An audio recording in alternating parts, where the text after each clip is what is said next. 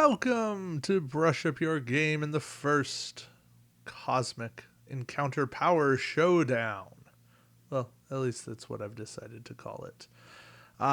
So, the bracket has been set completely randomized. Just put the list in. It's what it is. And our first matchup here is between Engineer and Parasite. Yes, the Engineer versus the Parasite. So, we go over here. And our breakdown is done this way. Artwork, 1 point. The wild flare, the super flare, each point. Power text as a whole, 2 points. Flavor text, because the flavor text, it matters. That's worth a point. And the timing window as a whole, also worth 1 point. So let's break it down. Let's get into it with the artwork. Now, artwork, very subjective, but we're going to go with it.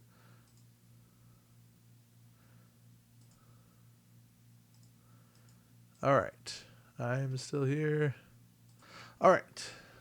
Parasite. Pretty interesting artwork. Stealing the pacifist. That. Engineer. Also interesting artwork. Feels a little busy to me. Almost like there's a little too much going on. So, I'm going to give the point to Parasite. You can see there, we got the total right at the bottom. So, let's look into the wild. Wild flare of Engineer. Engineer here. The wild, you may draw cards from the deck until you draw an artifact card. Non-artifacts drawn are discarded if you exhaust the deck without drawing an artifact. Take any one artifact from the discard pile. Give this flare to the Engineer after use, or discard it if the Engineer isn't playing. I like that. Solid flare. And then let's go to the Parasite. Parasite wild. When another player loses the use of his or her power due to controlling too few home planets, you may immediately establish a colony on one of their home planets with one of your ships. Your ship coexists with any ships already on the planet. You may establish another colony each time a player regains his or her power and then loses it again. So, while I think that the Parasite flare is better, the wild is better, I do think Engineer has more use, so the Engineer is going to get the point there. Let's look at the super flare. For Parasite, as an ally, you may launch any number of ships you want. That's very useful, makes Parasite a valuable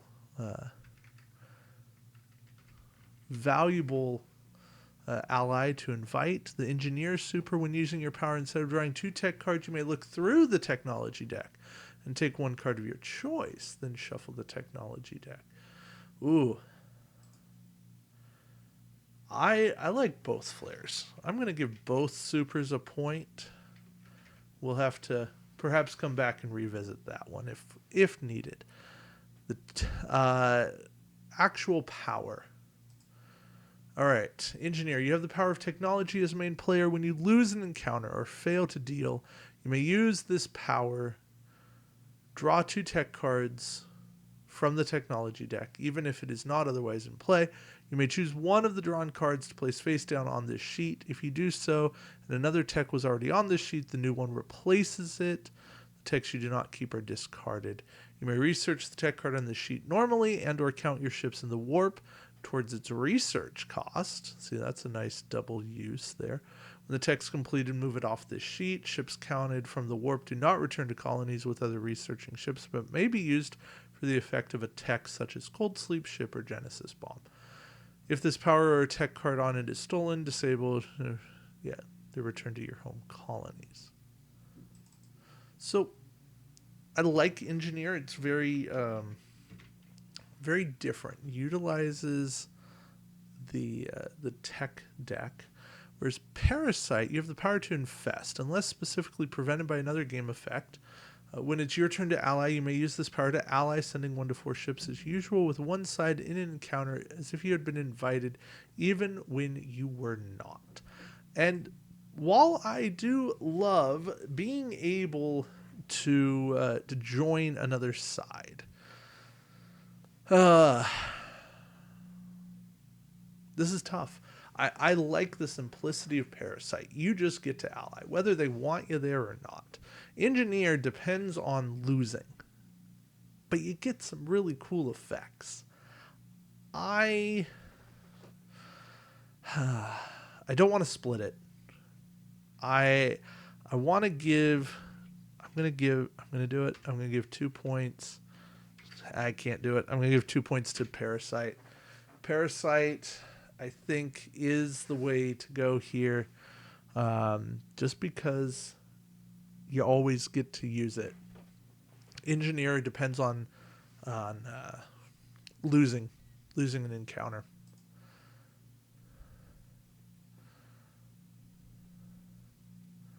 Uh, so flavor text.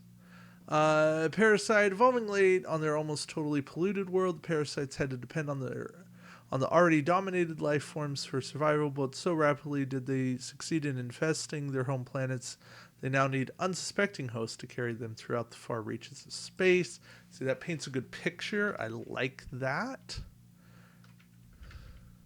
Engineers seek to rule the universe through technological superiority, valuing intelligence and ingenuity over might. They use scientific breakthroughs to subjugate those who oppose them, no matter how strong. See, Parasite made me laugh.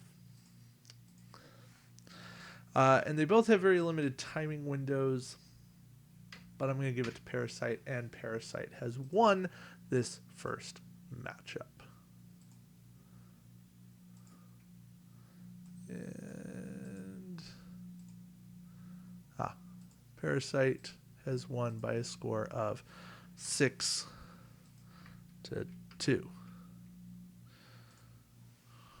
Okay. Sorry, this is going to take a little bit. But since we're talking about Parasite and we have all the info for Parasite, let's bring in Mesmer. Parasite versus Mesmer. And I can hopefully here keep things relatively. No.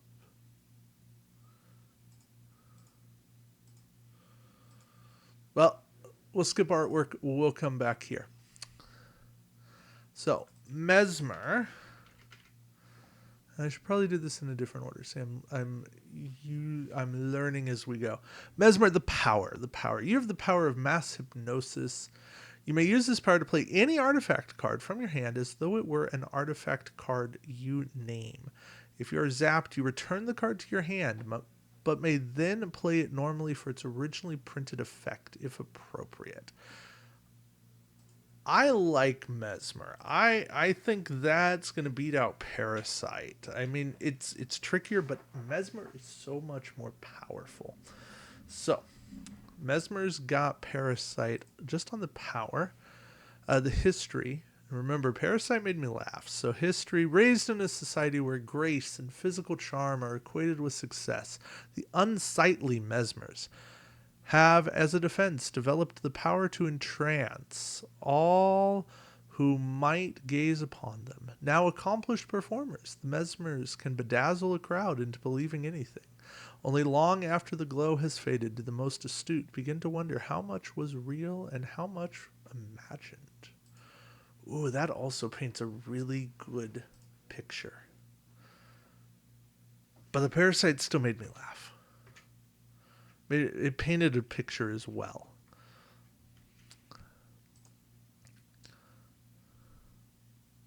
Now, Mesmers have a timing window of any time. And optional. So they're going to get the timing window here. The Mesmer Super, you may use your power to play any non-encounter card from your hand as though it were any artifact. I think Parasite's ability to send any number of ships is still better than that. You may disagree, but I think it's that.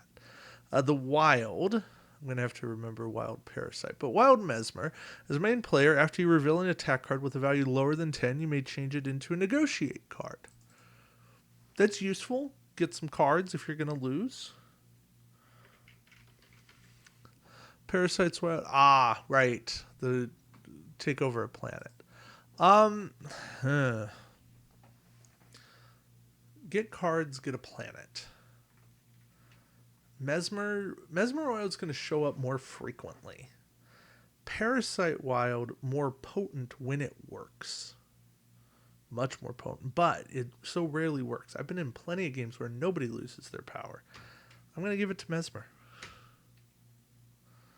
And so what are we left with? Artwork can't possibly save Parasite, but we should still be efficient, thorough.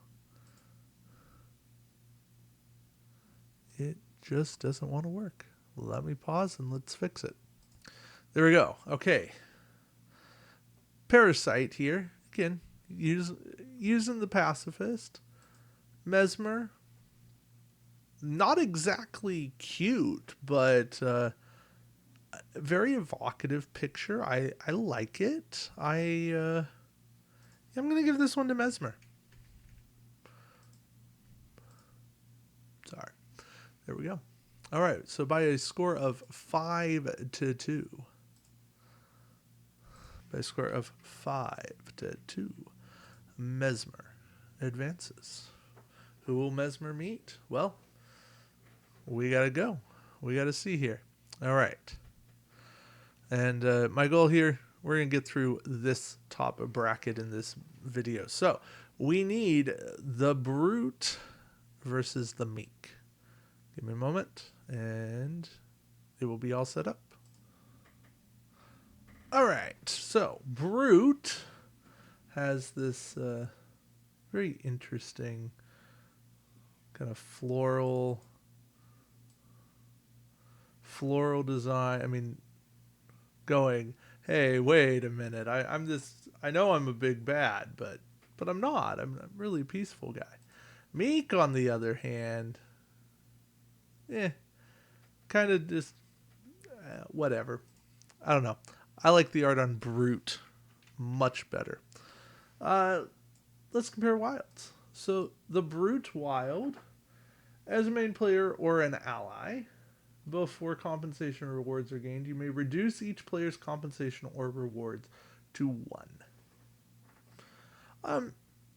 That one's okay. That one's certainly okay. Let's see what Meek does. Oh, is Meek not? Meek's not in the warp yet. Okay. Another pause. Okay. Realizing that everything is with Cosmic Odyssey here. The Meek. As a losing ally, collect compensation from the opposing main player. I do like that. I like that I'm going to get something for my trouble. So I'm going to go with Meek's Wild here. So I think Meek gets the wild text. Oh, let's jump into power text here.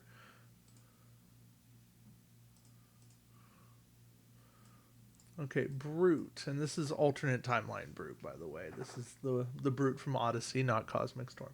You have the power to pressure. As an ally, after alliances are formed, you may use this power to pressure one player on the opposing side. That player must either remove all of their ships from the encounter and return them to their colonies, or allow you to look at a number of random cards in their hand up to the number of ships that they have in the encounter and take one card of your choice. If all of a main player's ships are removed, they continue the encounter with 0 ships. If all of an ally's ships are removed, they are no longer an ally. I find Brute intriguing. I like that. Very, very different. Very nice way to force people to make a choice. Do you want to be involved in this, and risk potential card disappearing, or are you okay with just vacating? Meek, I've done a video on the Meek here, but you have the power to yield as a main player. When you lose the encounter, use this power to advance your colony marker. Failing to make a deal. Failing to make a deal is not considered a loss. As a main player, when you win an encounter, use this power to move your colony marker back. Your marker cannot move below 0. Making a successful deal is not treated as a win. You still win the game when your colony marker reaches 5. And you don't lose your power because of having too few colonies. This is a tough one. The Meek and Brute are both very different powers, very different approaches to playing the game. The Meek is so different, and I gotta give it to Meek. I mean, I want to give Brute something, but I gotta give it to Meek. Meek's just where we're going with all of this. Let's look at supers. You may use your power as a main player, not just as an ally. Okay. And for Meek, as the offense, if you lost your first encounter, have a second encounter. Brute definitely has the benefit of things there. That is a stronger, just a stronger use of a super there. If I get one of those two supers, I would rather get to use my power a little bit more than not. All right. Let's go to timing window. So Brute, let me see if it won't show up. Brute only gets to work in the Alliance as an ally only, but it is optional. So we got a little something there. The Meek only works as a main player, only works in resolution, and it's mandatory. So since they're both one phase, I'm going to give it to the ally, which I think happens more, and the optional power, because I think people will want to bring Brute in. And right now, we are tied up at 3s, going to flavor text. All right. Brute. What the Brutes lack in hostility, they make up for in immensity. They tend to gardens with blunt, careful hands, where they can use their strength and massive features to displace any soil in their way. Although other aliens often feel coerced after interacting with the Brutes, this usually stems from floriographic miscommunication rather than actual malice. Okay, picture painted. The Meek, brainwashed by centuries of being told how they would inherit all they survey. The Meek have tirelessly adhered to a strict practice of submission, compliance, and gentleness. If all goes according to prophecy, their ultimate gain will be well worth the suffering. I mean, I'm not going to lie. I like the notion of the Meek shall inherit the earth. It is a good one for me. However, Brutes paint a better picture. So by a score of 4-3, Brute alternate timeline is advancing. And we're going to go 4-3 for Brute. Okay. That was close. I like it. All right.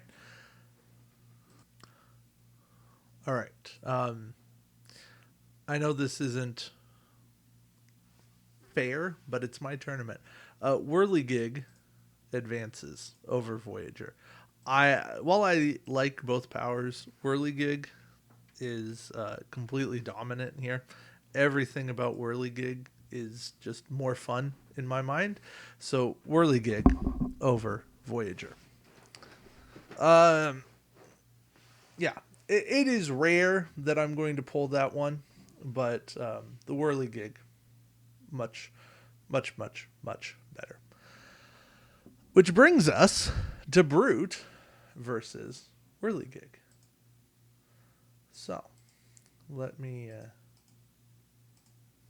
set things up here. And the whirligig, there's just,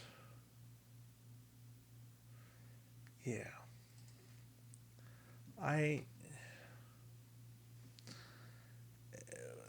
Whirligig has a special place in my heart. I love powers that kind of mess with the status quo of cards, because it means that people can't completely dominate cards. So that's why Whirligig was moving on. But here we have Brute versus Whirligig. Now, Whirligig is this little screaming monster with tentacles, and Brute's just this massive beast with Flower Garden. So Brute wins the artwork. And now we'll talk about Wild. So Brute Wild, again, is a main player ally. Before compensation or rewards are gained, you must reduce each player's compensation and rewards to 1. That wasn't like the best power last time, but Whirligig's Wild is a main player. During the planning phase, you may take 1 card at random from your opponent's hand and mix it with any 1 card from your own hand. Your opponent chooses which card to take back.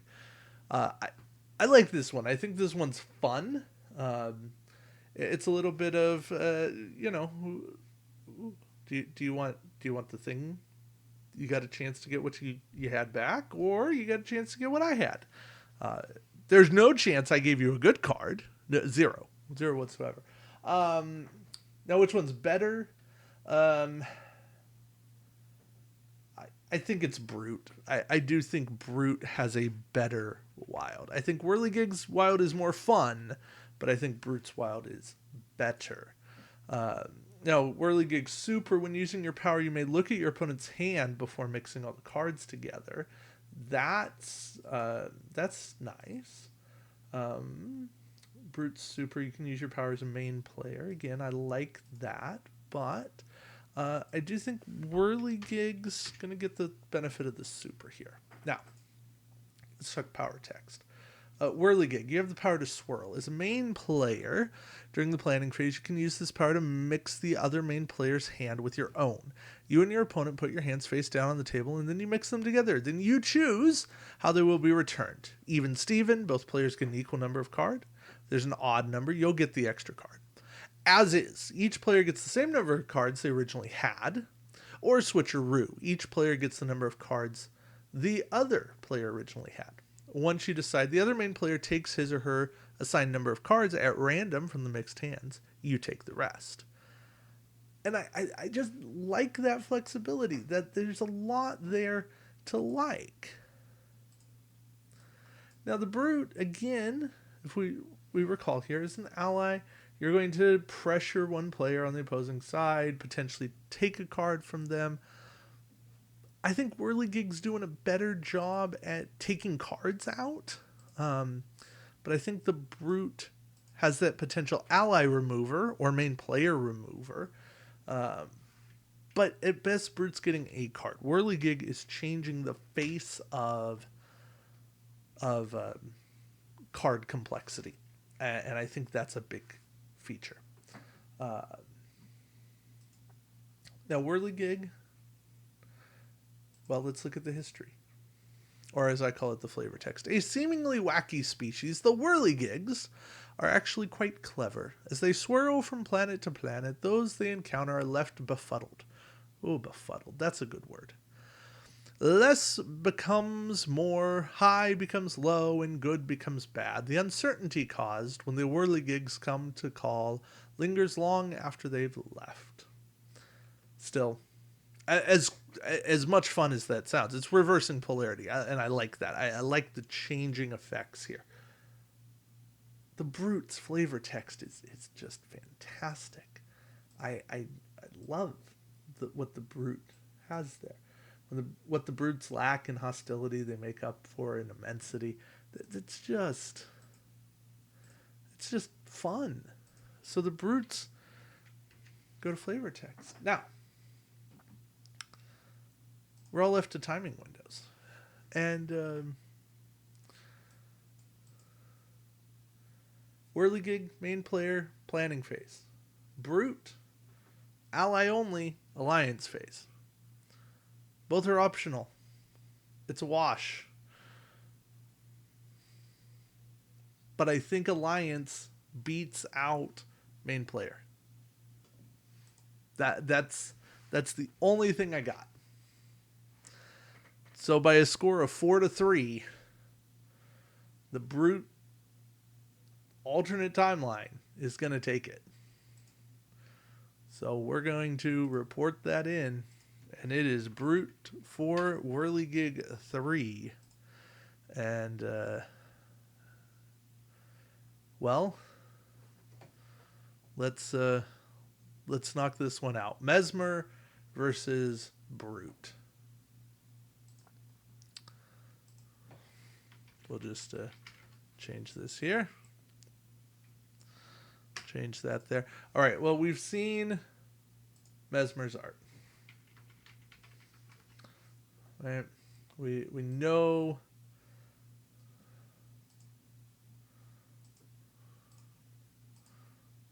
Well, here. We know what the Brute looks like. Right? We know what the Mesmer looks like. I favor Brute. I think that's just where we're going here. The Wild. Before compensation rewards are gained, reduce each player's comp to 1. Meh. You know. It's what it is. So, Mesmer. Mesmer's Wild again. As a main player, after you reveal an attack card with value lower than 10, you can change it into a negotiate. I like that better. I think Mesmer's got a better Wild. Now, Super, you can use your power to play any non-encounter card from your hand as though it were an artifact. That's good. That's good. You may use your power as a main player. Brute getting to target people, look through cards, send somebody away when he's not an ally, when he's the main player, target his opponent, knock that out. Yeah, it's still no competition for Mesmer. Mesmer's Super here.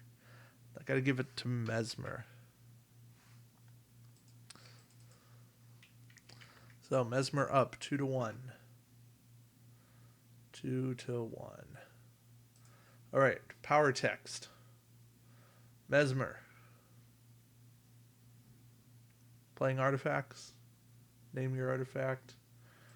It's good. Again, I like it. Brute. Moving ships. I think Brute has a bigger impact on the moment-to-moment gameplay. Mesmer has the big swings, but Mesmer has to find a way to get cards, and Mesmer doesn't have a built-in way to get cards. I'm going to give the points over to Brute. It's probably controversial, but I'm giving the points to Brute. The flavor text, or the history text, I don't know.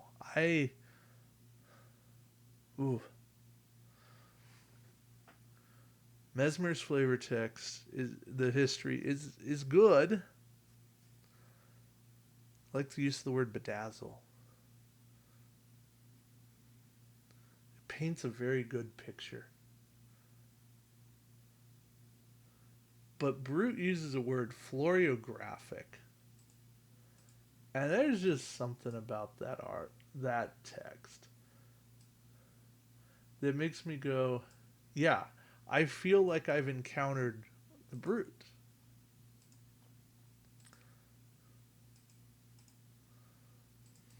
So I'm giving it to Brute.